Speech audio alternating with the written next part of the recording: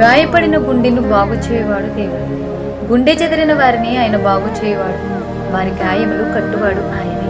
కీర్తనలు 147:3. నువ్వు దేనికి పనికిరాని వాడవు, పనికిరాని దానవు అని నీ ఇంటి వారే నిన్ను అసహించుకుంటున్నారు. ఎంతగా కష్టపడి పనిచేసి పదోన్నతి సాధించాలని చూస్తున్నా నీకు ఎప్పటికీ ప్రమోషన్ రాదు అంటూ నిన్ను హేళన చేస్తున్నారా? తను దేనికి పనికిరాని వ్యక్తి అంటూ ఉదాహరణగా నిన్ను చూపించి అనేకులు నవ్వుతున్నారా? గొప్ప స్థాయికి చేరుకోవాలని ఆశిస్తుంటే నీ ఇంటి వారే నానా విధములైన మాటలతో నిన్ను వెనక్కి లాగేస్తున్నారా? నీవు నమ్మిన ప్రేమించిన వ్యక్తి, ప్రాణముగా ప్రేమించిన వ్యక్తే జీవితాంతం తోడుంటారు అని ఆశించిన వ్యక్తే నిన్ను విడిచి వెళ్ళిపోయారా? గెలవాలని ప్రయత్నించిన ప్రతిసారి ఓడిపోతూనే ఉన్నావా? ముందుకు పోవాలి అని అడుగులు వేస్తున్న ప్రతిసారి వెనక్కి వచ్చేస్తున్నావా?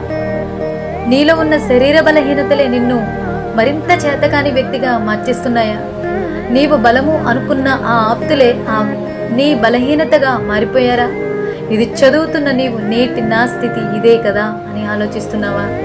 యోషేపుకు వచ్చిన కలను చూసి అందరూ నవ్వారు, అపహసించారు. కానీ అపహసించబడిన వ్యక్తే ఒకరోజు వారిని పోషించే స్థితికి వచ్చాడు.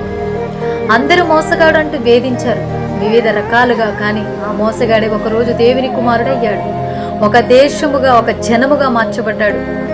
పేద వ్యక్తి ఏమి సాధించగలదు అనుకుని ఉంటారు ఎస్తేర్ని చూసిన ప్రతి ఒక్కరు. కానీ ఒకరోజు అదే వ్యక్తి ఆ దేశం రాణి అయ్యింది.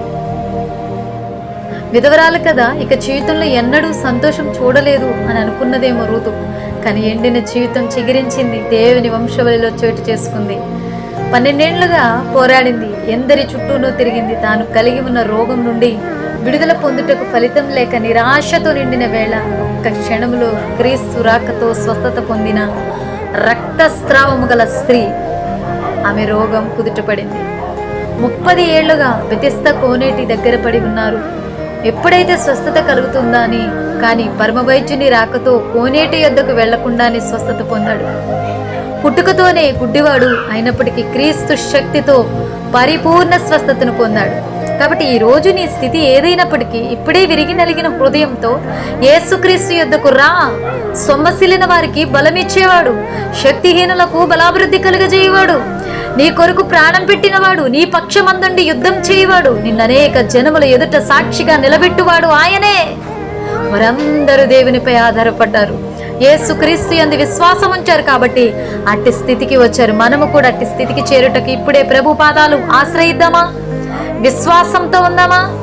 దేవుని చిత్తం, దేవుని ప్రణాళిక తెలుసుకుని ముందుకు వెళ్దాం. God bless you all. అందరికీ నా వందనాలండి. లైక్ చేయండి, షేర్ చేయండి, సబ్స్క్రైబ్ చేయండి.